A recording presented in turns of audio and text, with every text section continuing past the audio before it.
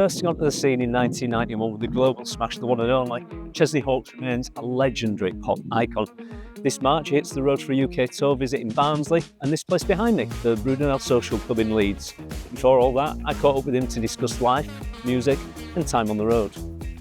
Well, thanks for spending a few minutes with me on Yorkshire Magazine. I'll be asking you a few bits and pieces about the new album, the tour, and that'll be coming along to see you in Leeds, actually, or LA for short.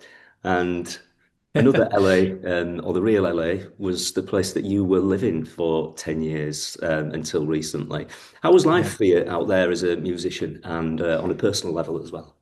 It was interesting because, I have been traveling back and forth to LA my whole life since the early 90s. Always going over to do like projects, writing stuff, So I always thought that at some point I might go over there for an extended period, when we went, I thought I'd do like, maybe 3 years. There goes my wife there. I thought I'd do maybe three years, something like that. And I ended up being there for 12 years. So it was kind of crazy. Musically, it's quite an eclectic mix of people. And I fell into writing and producing for, young artists more than anything else, and I was kind of like mentoring young artists, which was great actually, because there's a lot of really great singer songwriters and young kind of, and I did everything from hip hop to pop to country, and I kind of liked that. Yeah, it was a learning experience and actually really, really fun. And there's obviously so many amazing kind of established writer producers over there with great studios, and I ended up kind of working in the most amazing studios, and it was really fun. It was a great experience, but I am glad to be back in Blighty, I have to say. Fantastic. Well, another LA is your new album, Living Arrows. A bit of a theme going on here, isn't there? There is. Was that record? So has that been recorded in England? Was that sort of a bit of a mixture across the water, or how did all this come about? Writing and It was mainly recorded over here, actually, with my friend Jake Gosling, who is famous for discovering Ed Sheeran, but he's a A-list producer now, and he works with Sam Smith and Harry Styles and you name it. He's one of those guys. Hawkes, so. And now me, a lucky boy, eh? No, we've known each other for years, since we were kids. Actually, our parents knew each other. He's a couple of years younger than me, but he was kind of around in my heyday, and he kind of remember him being there at the party when we found out I was number one, and he was just a kid really, and I think in a way him witnessing that whole craziness, I think it's slightly imprinted on him, and that's kind of one of the reasons that he went into the business. I'm not saying it's all I did it, but he's an old mate, so we decided we were going to do something for me, because I'd always written with him for other people and stuff, and so we got together and we wrote a song called Nobody Like You that just came out in 20 minutes or something like that. Wow. It was one of those that just they're the good ones. They're the good ones when it happens like that. And so he was like, well, that was fun. We just sat there outside with guitars and talking about ex-girlfriends. And and it was a good laugh. And he said, well, I think we need to do an album, mate. So I was like, yeah, I think we do. So he fit me in between Paloma Faith and I don't know, Shania Twain or whatever, and we ended up kind of just making this album. And it was kind of like, not a passion project's the wrong phrase. It was more like, it was just kind of like a fun bunch of merry mates. My brother was playing drums for us, and I had Nik Kershaw, my old mate, come in and write a few songs with us, and I brought just friends in, and we just had a laugh, and it wasn't for any particular reason except like we're just creating something fun, and I think that kind of energy came through in the music. We eventually had this kind of pile of records, and we're like, oh wow, let's put it out. It was one of those. That's fantastic. You mentioned the energy. There's some really upbeat tracks on that album.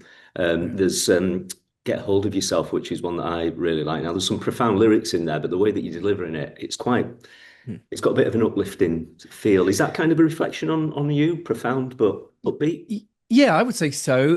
That song in particular was written about kind of freedom of self-expression and kind of like getting to a certain age and realizing that you worry less about what people think of you and just being free in your own skin, and being bold and brave and just going for it. And that's why the video for, I don't know if you saw the video, but I was totally naked in that video, which was a bit of a brave move. But I wanted to do something that reflected what I was talking about. So, Yeah, yeah, so I thought, wow, why not? You're in your 50s and you care less about it. I'm just like, I'm having fun. And I yeah. wanted to show that you can still have fun in your 50s. Absolutely, absolutely. You mentioned Nik Kershaw there. Obviously, you've been pals for years.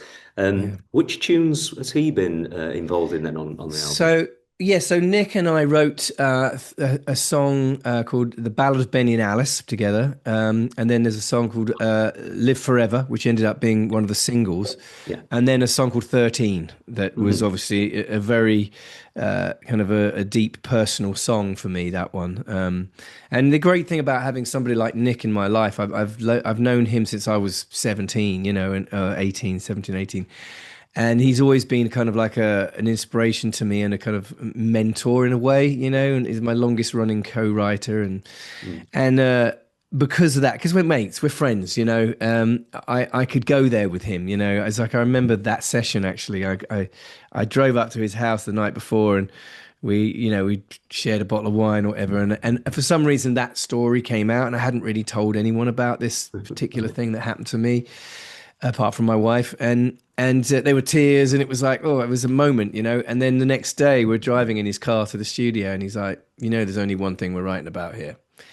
And it's like, as a songwriter, he knew that, if you go personal and raw and emotional and authentic in a song, people were going to relate to it, and it might actually kind of help people, actually, especially with a subject like that. So I was able to kind of get it out with a good friend like him, So yeah, I'm so grateful to him for that. And we're actually already I was working with him last week actually on already Oh onto the wow. new one, Steve. Already onto the new one.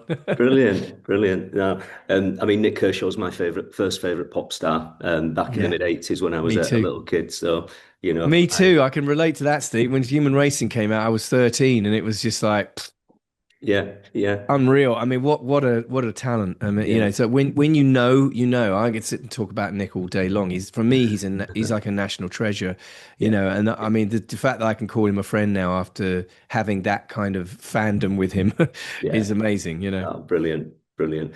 So, we could talk about Nick all day, but no, let's talk about you and the tour that you're about to go on. So you've Yeah. got 15 dates in March going up and down the country. How Mhm. does touring go for you these days? Is it off the tour bus, sound check, gig, sleep, tour bus, gig, or do you get to enjoy some of these towns and cities that you go to play in? Yeah, it's a bit of both, to be honest with you. You have to look after yourself, especially at my age. You got to start. I mean, it's not like I was before, where it was literally you missed out the party part, Right, right. drink, and I do slightly less of that these days. But it can be a bit of both, depending on what time you get to the venue, where you were the night before, where you are the next day, where the travel is, and all that kind of stuff. I mean, I think I think you guys are Leeds. We're kind of promoting, aren't we? Really, so That's Leeds and it. maybe Barnsley, probably. Yeah, yeah. Yeah, so we'll probably have a little bit of time off around that time, but it's pretty full on. Yeah. But I mean, I know Leeds. I've been Leeds so many times. I know Barnsley. It's like Manchester there. Like it's like, I obviously they're all almost second homes to me because I've played there so many times and been in these places so many times. Yeah, I'll yeah, maybe try and take in some football if there's anything there. I like to do that if it's yeah. possible. If there's a football game in the after whatever. But That's but good. it is pretty full on though. And you're right. It's kind of hotel, sound check. And then gig, and then sleep, and then out the hotel. It is a bit kind of Groundhog Day, shall we say? Yeah, yeah. It's not as glamorous as someone like me might imagine. I guess. Yeah, I mean it can be sometimes, but these kind of tours, we're in a splitter van, it's like, Right. and Yeah. it's just a bunch of hairy musicians in the back of a van and just Amazing, band amazing. of merry men. Yeah. So what kind of for each and every show, are we going to get any surprises? How's it going to work? Well, I mean, if I told you the surprises, it wouldn't be surprises anymore, So would it, let's Steve? not go there then. I am planning a few little fun little bits, and I, I'm hoping to do some really fun things, and possibly some a surprise guest here or there. I've got an amazing opening act, Laura Aston. She's really great, and I'm dipping into the old stuff, obviously, including that song, and yeah, I don't know what song's that, and peppering it with a few of the songs from Living Arrows, and then a few bangers along the way. I want it to be a fun night. Yeah. I want people to come, leave their inhibitions on the door, and just have a good time, relive their youth. The great thing about my gigs now, as in the age that I am, and there's a lot of people that have followed me all these years, and you know we're all the same age. We've all been through the same stuff, marriage and kids and stuff. We have the same kind of social reference points and cultural references and stuff, and similar sense of humor because we're all Gen X and it's just, I don't know. It's a nice community. So we're all in a room together. We're just going to have some fun. That's Yeah. kind of how I see Yeah. it.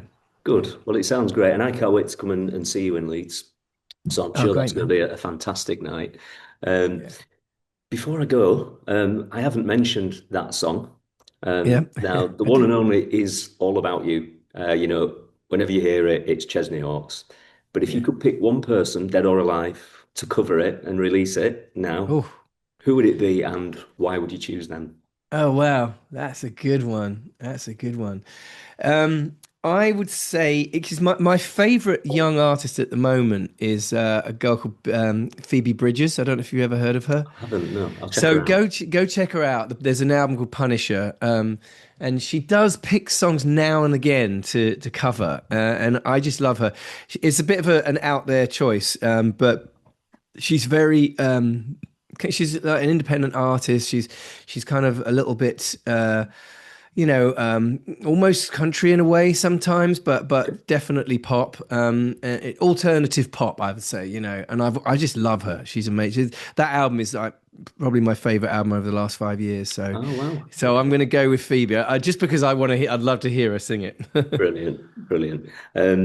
Okay, well, I am done here, and it's been Great. fantastic to speak to you. I was warned that you were a lovely guy, and I've really enjoyed speaking to you. So thanks so much for that. Yeah, of Good luck course, with the man. tour, and I'll see you next month in Leeds. Yeah. Please come up and say hi because it's a small venue, Brudenell. So Yeah, just I'm sure we'll bump into each other along the way. So that'd I'll, be I'll do lovely, my, lovely to meet you in person. I'll do my very best. I can All get right. through the crowds. That'd be great. Yeah. Okay, All mate. right, thanks very much, Chesney. Take care. Cheers, See you Steve. later. Thanks for everything. Bye now. Bye.